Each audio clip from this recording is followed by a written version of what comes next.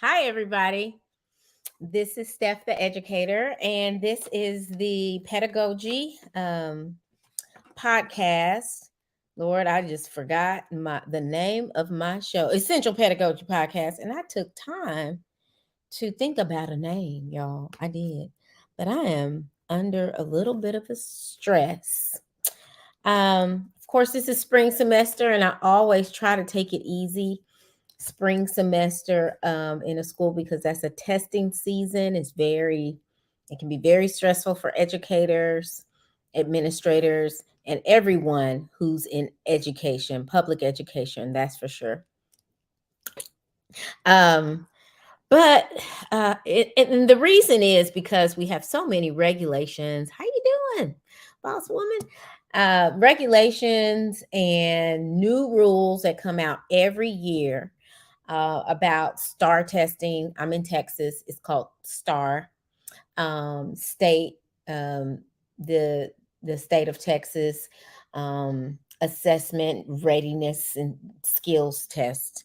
Anyway, it tests children at different levels of their education, starting at the age of the third grade, and it goes on at various tests and various grade levels, various subject areas such as math and English or reading is tested at every level from third grade on. But then you add some sciences and some uh, social studies along the way as well.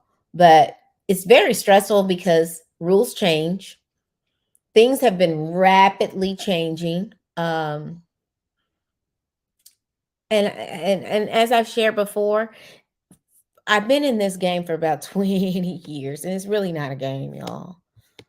This is my 20th year teaching, but I've been in education for about 22 years.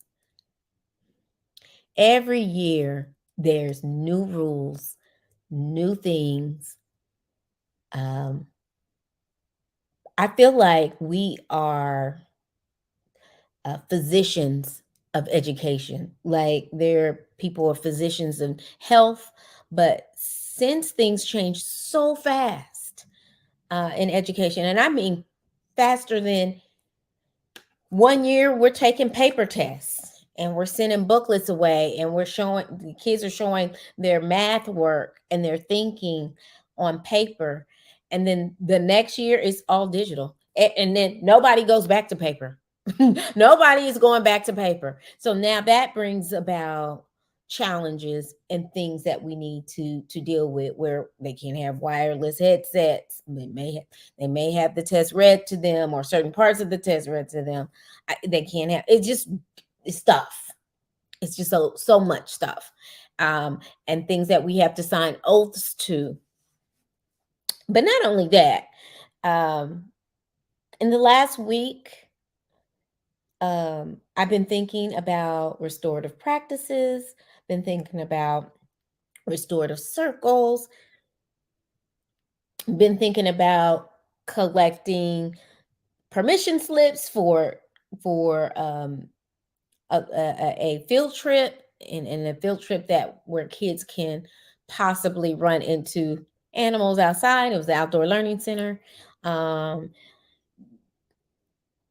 Dealing with parents because of that, dealing with children because of that, before the field trip, managing that paperwork alongside my normal teaching paperwork, alongside with helping the children figure out what classes they need to be registering for next year, and collecting that paperwork and helping them fill that out.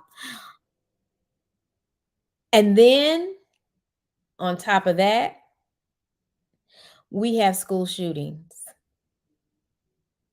that we hear about because we are people in society and we follow national news. And on top of that,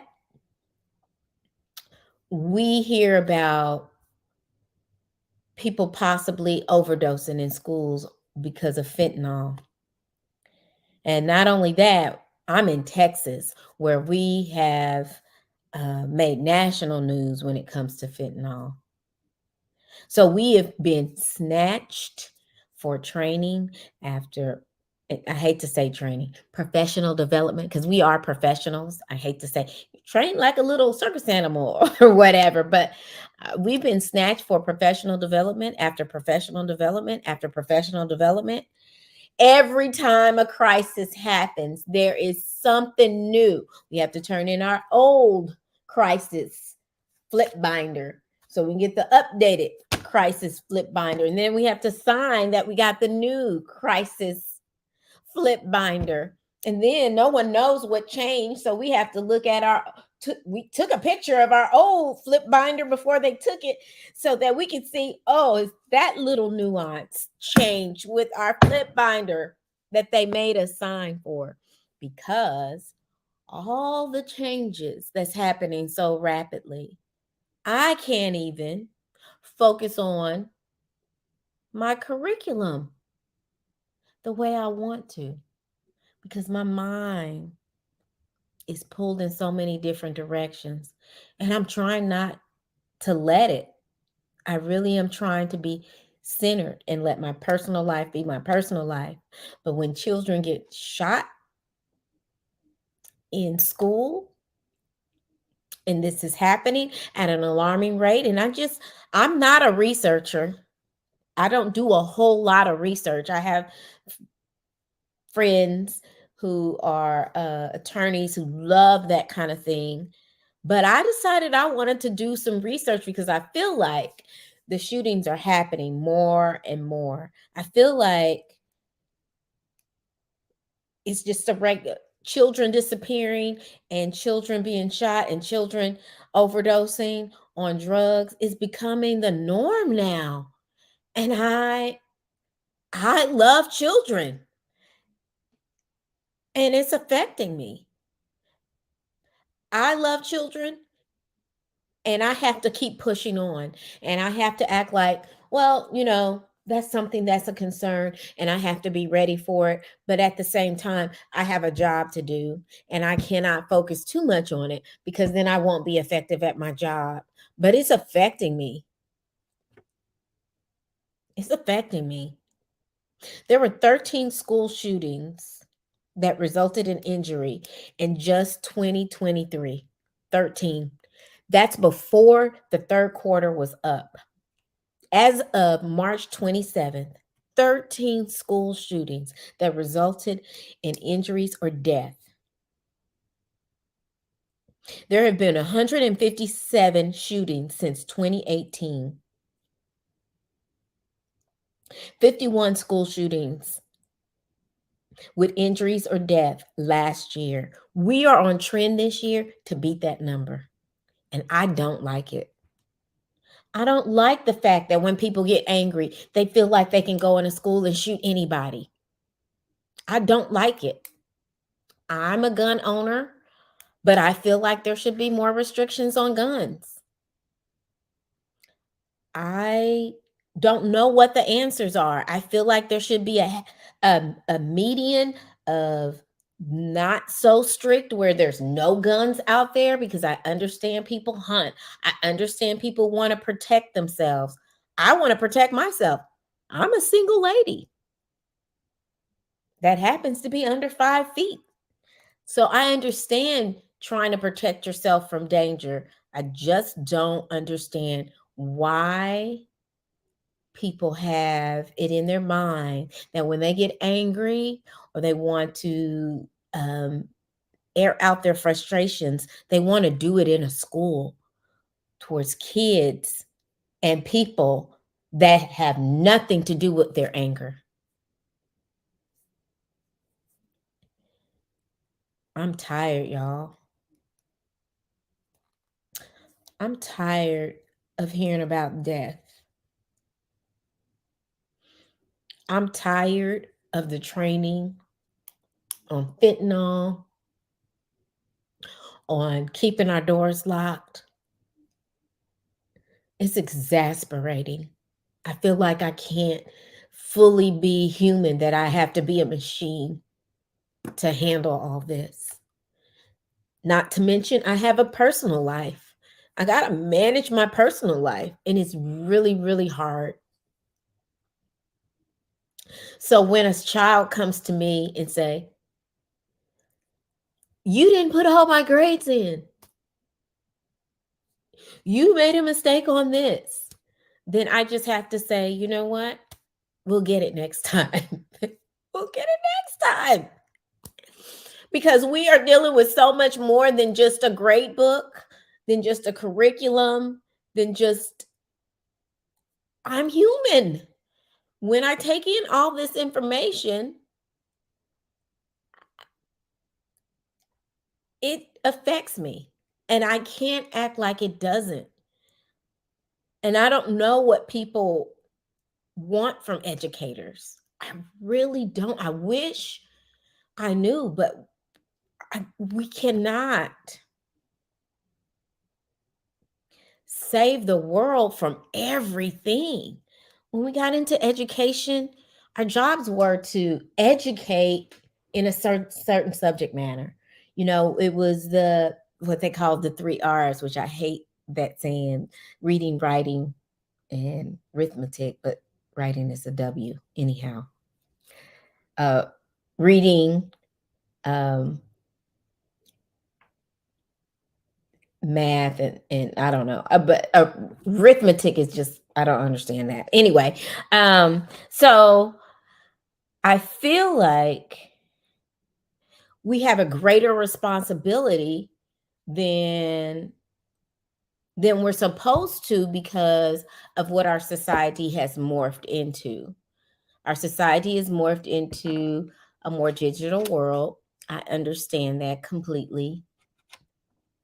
But at the same time, we have children that don't have enough outside time. They don't have enough time to play. They don't play anymore. They don't go outside. And then that keeps them from being able to resolve differences diplomatically. Someone just asked about how our kids responded to the shootings. You know, when the well, I don't know how many people in middle school was watching the news when you were in the middle school. Not a lot of middle schoolers watch the news. That's not something that they're into. They watch YouTube and Beyonce and the baby, and one of the little girls said Megan the Stallion or whatever, and I was like, wow, is that what you're doing in 6th grade, watching that?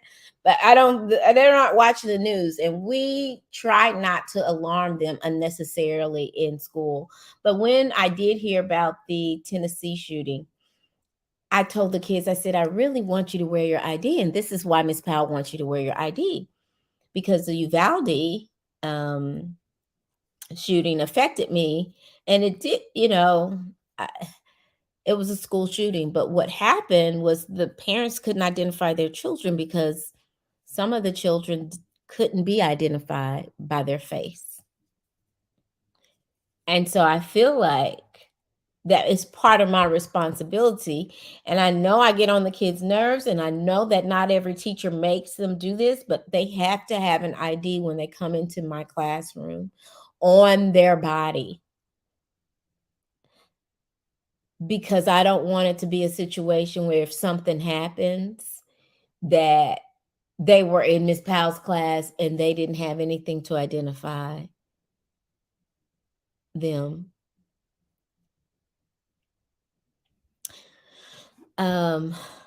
Yes, and sometimes the kids are part of the trainings and drills. In fact, their students being pulled to get fentanyl training, and which they need it because they're oblivious of what's going on. They are lacing fentanyl and making it look like candy. They're lacing these candies, lacing pills at these kids. The I don't know, ADHD type pills that they're looking for, or ADD pills that some people may be looking for, or some other drugs that they may look for. They're lacing the fentanyl on everything so that they can get addicted faster, but they are getting overdosed because it doesn't take much for them to die. Where other drugs, it takes a whole lot more. It does not take as much of the fentanyl drug for children or anybody to overdose.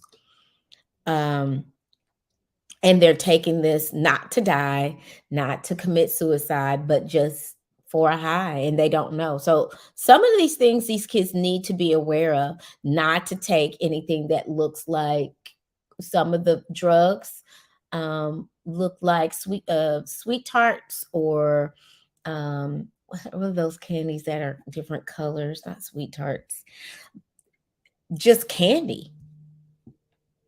um They can come in a pill form, they can come in a powder form, it can come in all kinds of ways. They can put it on anything and it can kill them. And it has been documented in our vicinity in Texas that kids have been overdosing. Middle school and high school kids have been overdosing. Children have been overdosing on this because they think they're taking something else. So we have to educate them not to take things from other people, not to, oh, this is candy, or oh, this is something that's going to make me high and I'm going to get through the school day better.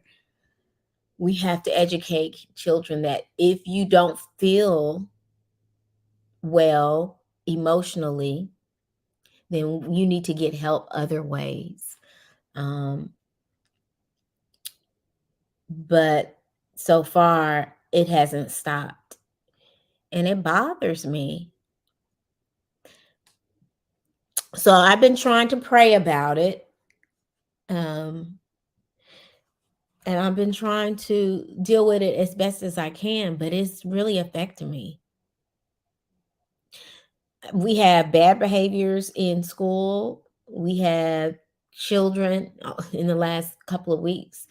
We've had a staff member resign because of an incident that happened in school, and it's heartbreaking when you work with someone and you get encouragement from them. You're like, I'm having a bad day, and then something happens and they're gone. And it's like a regular occurrence now. It used to be that when you started teaching with someone and you decide to stay at the same school and not transfer, or not get another job, you could potentially work with someone. I've worked with people for 11 years. 11 years. Same people. But now it's like they come and go. 3 months here, 6 months there. They're coming and going, and it's a unrest with the children, it's with other adults in the building. We don't know what to expect. They talk about the kids and their anxiety and how we have to be the foundation for them, but I am under anxiety too. I don't know what to expect every day when I walk in. I pray every day. And in fact, I feel like I've had covering because I've prayed every day. I've had a student that transferred in who's over 6 feet tall. He transferred in at an irregular time. And I've been in education long enough to know that when a student transfers in at an irregular time and they have a certain type of behavior and demeanor, that there was a story that happened before they came to my school, especially if it was just, uh, you know, beginning of November. Uh, beginning end of October, they're transferring in. They're not transferring in at Christmas, Thanksgiving, where people try to move and get settled in. It's a good time to move because they have the time off, or spring break. Usually get an influx of kids. Um, that's not when that happened. So I knew something was up with this kid, and it was not pretty.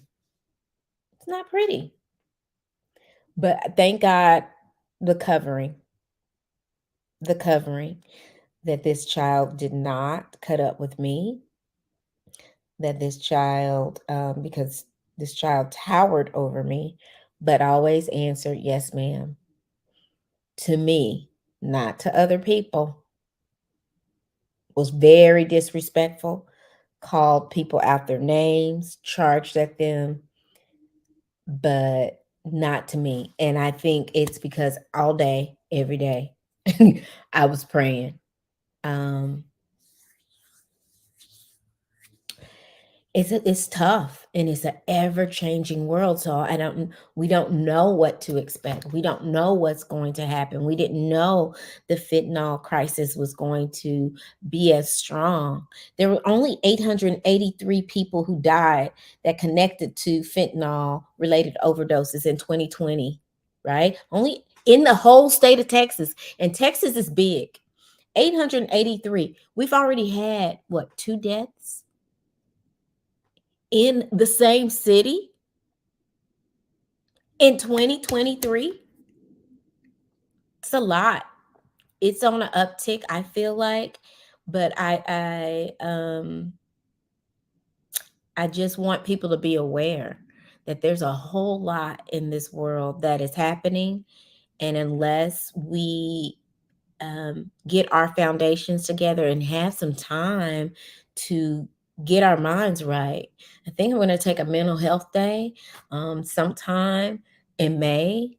It's not going to be the best time. Everybody's not going to be happy about it. I'm going to try and not do this on a day that we're doing any state testing, but I think I need to take a mental health day.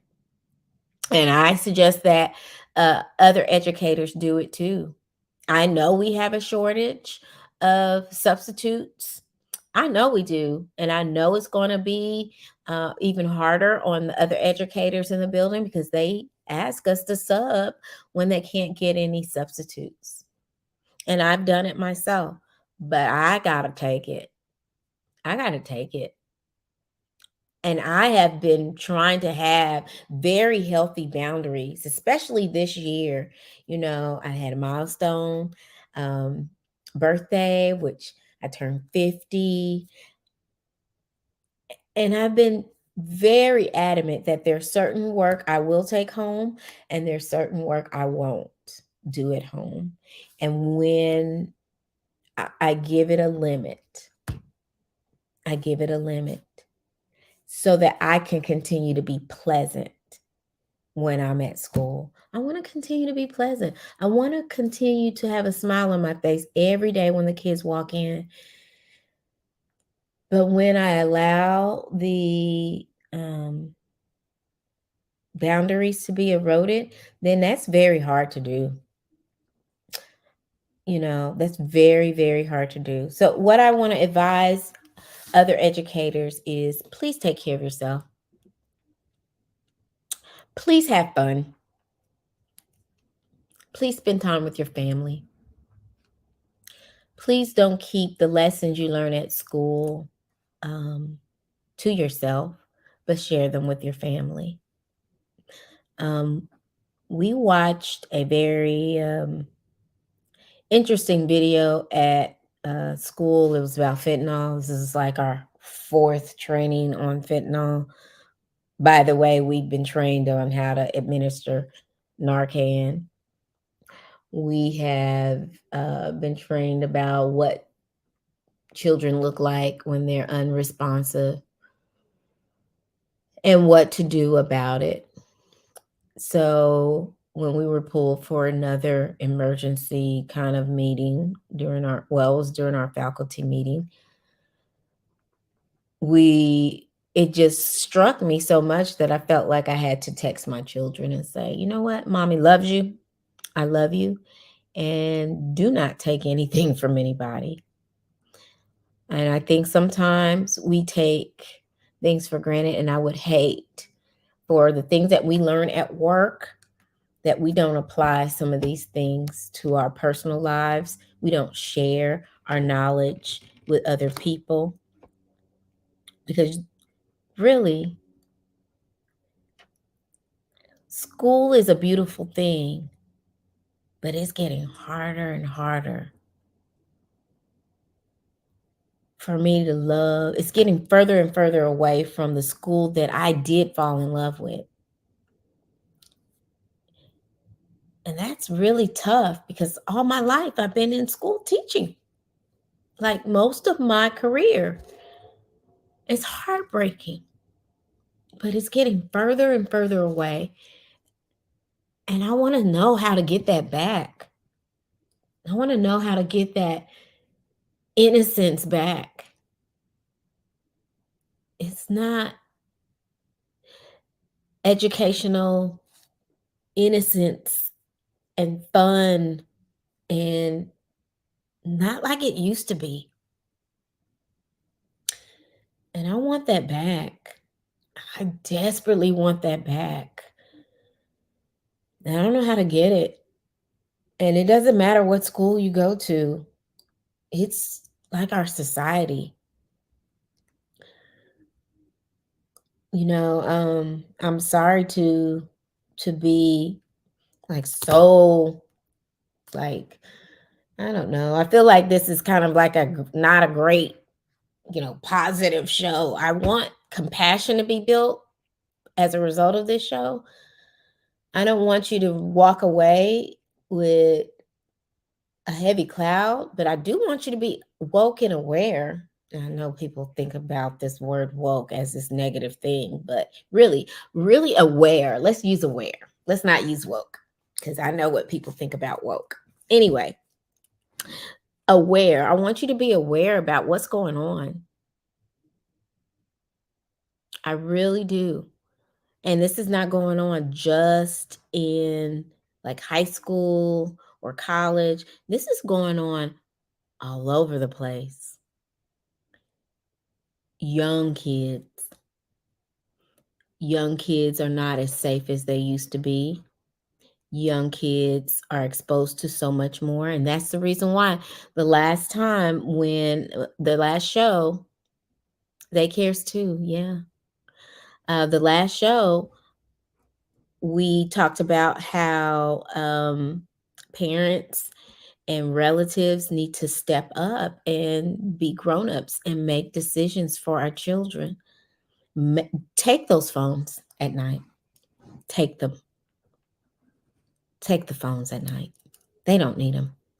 The reason why parents get in an uproar about kids' phones being taken at school is because, oh, they need to get in touch with me just in case of an emergency. But if they're in your home, there's no emergency. Just take the phone. Y'all have conversation. Y'all be the entertainment. Take the phone.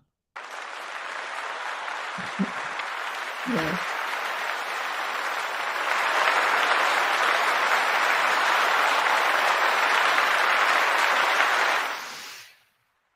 I was absolutely floored when we came back from. I'm just gonna go after this point. We came back from um, the field trip, and the kids had a little time because they didn't have their Chromebook devices. Anyway, they had a little time, so we were just chit chatting with the kids, and the kids were talking about TikTok and all this stuff. I was so shocked to hear how this little girl knew all the TikTok dances to this Megan Thee Stallion woman songs. And I was like, first of all, not that I listen to Megan Thee Stallion all the time, but I do know a couple of songs that this woman sing or raps. And I do not believe an 11, 12-year-old should know the song so well that they know the TikTok moves and everything to it. I just don't. But that's the world we live in. Um, I know I cannot stop and heal people enough to where they feel like they don't have to go into a school and shoot. I know I can't stop it, me on my own. I know that I cannot stop drug abuse because it's been since the beginning of time. People want to escape through different means. But I do want to equip parents to be aware and to be aware enough to do something different at home, to talk to your children at home, to help them be healthier so that when they grow up, they don't feel compelled to shoot a school. They don't feel compelled to escape with drugs. I've had a teacher, not a teacher, a parent say it starts at school, but it really doesn't. It starts at home. The more formative years start before they're 5 years old. So I need for us to make changes. We need to make changes. And that starts with us making boundaries for our lives and not letting work overtake us. Because look, it can erode all of our emotions. I'm going to take a little time off in May. And I suggest if you need time off, take the time. But don't take the time and be on TikTok. Take the time and be with your family and talk with your family and be real. And until next time, this is Steph, the educator, with Essential Pedagogy. Thank you so much.